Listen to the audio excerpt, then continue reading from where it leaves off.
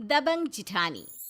अरे ओ नास पीटी, खाना बनाने को क्या और 365 दिन जाएंगे हैं? देखे मनमोहन जी, वर्षा बहू ने अब तक खाना नहीं बनाया। मैं तो कहती हूँ हमें अभी इसके प्रति और सख्त रवैया अपनाना होगा। अरे यह क्या, मैं कब से कुछ कह रही हूँ आपको।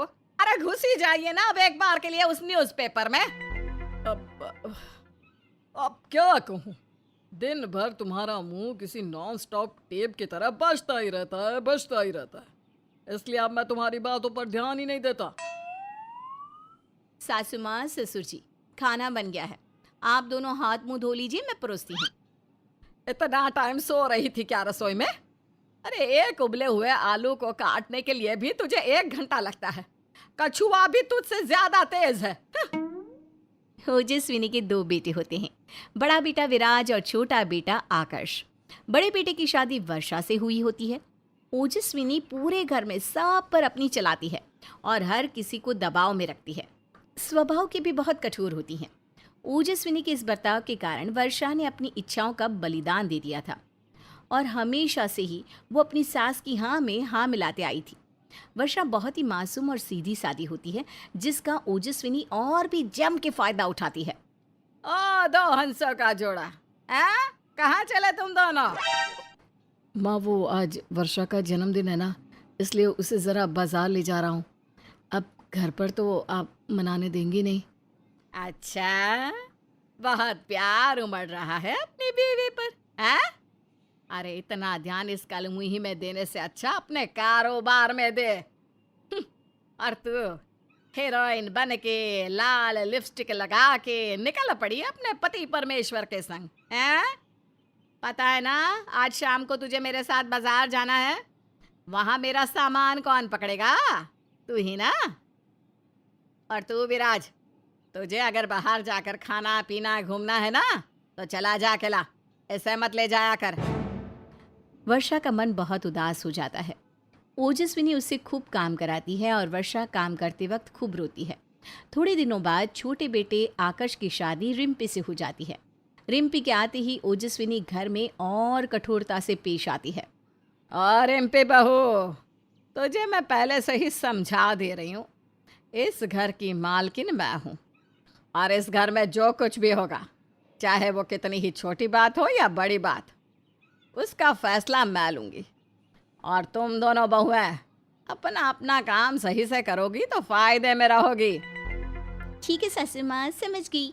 मैं आपको शिकायत का मौका ही नहीं दूंगी। लेकिन आप भी ना मुझ पर खामखा चिल्ला नहीं सकती फिर। रिम्पी समझ जाती है कि ओजस्विनी कितनी सख्त और कड़क स्वभाव की है। रिम्पी फिर भी वर्षा जितनी शांत नहीं होती।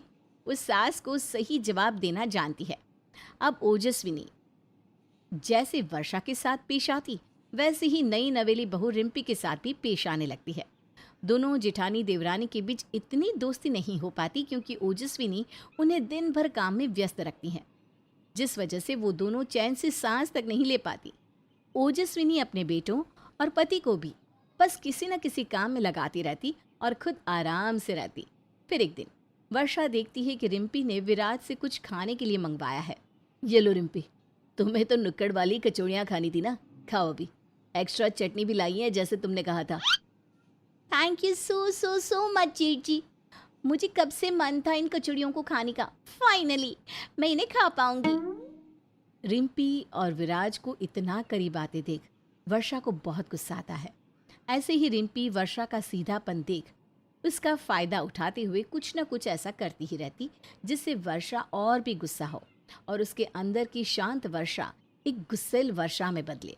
ऐसे ही एक रोज रसोई में दोनों काम कर रही होती है, तभी रिम्पी जानबूझकर वर्षा की साड़ी पर अचार डाल देती है और उसकी साड़ी खराब कर देती है, जिससे वर्षा गुस्से से तिलमिला उठती है। रिम्पी, जब से आई हो तब से देख रही हूँ, बस मेरे लिए सर दर्द बनती फिर रही हो। मुझे दुख, दर्द और गुस्सा दे रही हो। तभी रिम्पी अचानक से वर्षा के गले लग जाती है और वर्षा को समझ में नहीं आता कि ये सब क्या चल रहा है। आई एम सॉरी दीदी, लेकिन मैंने आपको जानबूझकर परेशान किया ताकि आपके अंदर का शांत ज्वाला एक दिन ऐसे ही फटे कि बस तबाही हो जाए। आपको पता है लोग आपका फ़ायदा क्यों उठाते हैं, स्पेशली सासू माँ? क्योंकि आप बहुत सीधी हो, भोली हो। लेकिन वर्षा दीदी, अगर हम यूं ही सीधे बैठे रहे ना तो हमारी सास हम सबको खा जाएगी। पागल हो क्या तुम? हाँ, हूँ मैं पागल। देखिए, मैं अकेली उन्हें टक्कर नहीं दे सकती। अगर हम दोनों बहुएं साथ मिलकर टीम अप कर ले तो जब मुरझाया हुआ फूल ताज़ा हो जाए, यानी कि आप शांत से एकदम सख्त हो जाओ, तो फिर वो अपना राज कहीं चला ही नहीं पाएगी। आ, ये तो तुम सही कह रही हो रिम्पी। मैं हमेशा से ही सासू माँ की हर बात को मानती आई हूँ। वो पहले से ही सबको अपना गुलाम समझती हैं। उनके सामने यूं भीगी बिल्ली बनकर रहें तो वो समय के साथ हम पर और भी राज करेंगी।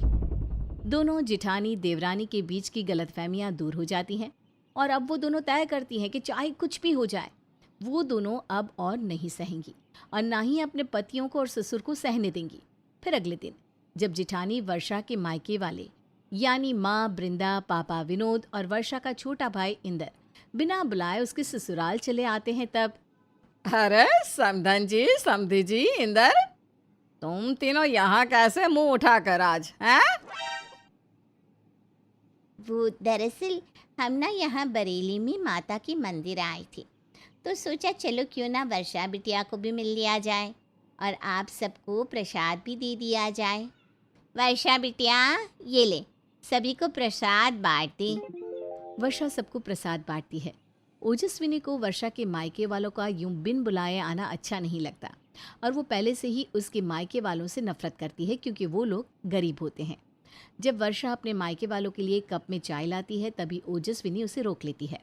रुक जा वर्षा बहू, तू अपने मायके वालों को इन चीनी मिट्टी के कप में चाय नहीं दे सकती।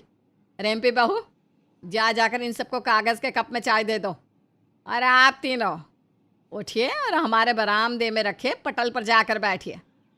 आप लोग इस सोफे पर नहीं बैठ सकते क्योंकि इस घर में बैठने और चाय पीने की तो क्या, कदम रखने की भी हैसियत नहीं है आप लोगों की।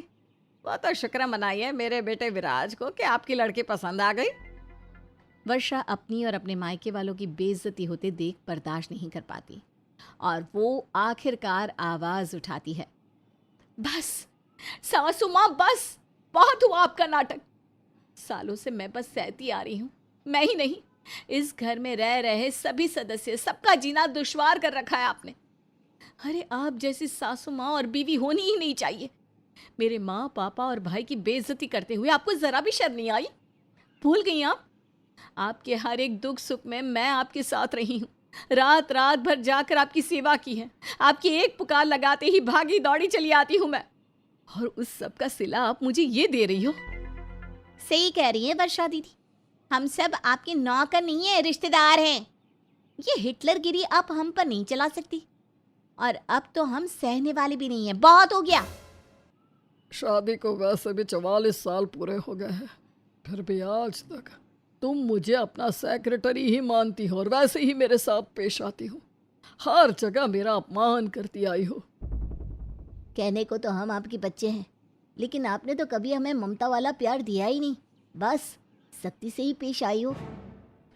हर चीज़ के लिए रोक टोक, ये मत करो, वो मत करो। अरे सौतेली माएँ भी इतनी बुरी नहीं होती। लेकिन बस अब और नहीं, अब हम सब आपका एक भी हुक्म नहीं पालेंगे। अब आपका सिंहासन गया। तभी ओजस्विनी डर जाती है और कहती है, अब मुझे माफ़ कर दो, मैं आपसे बुरी नहीं, अच्छी बनूंगी।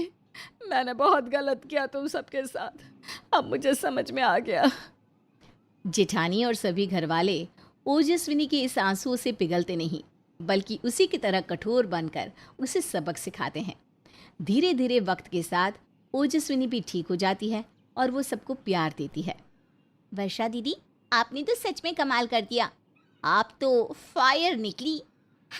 #मेरी दबंग जिठानी।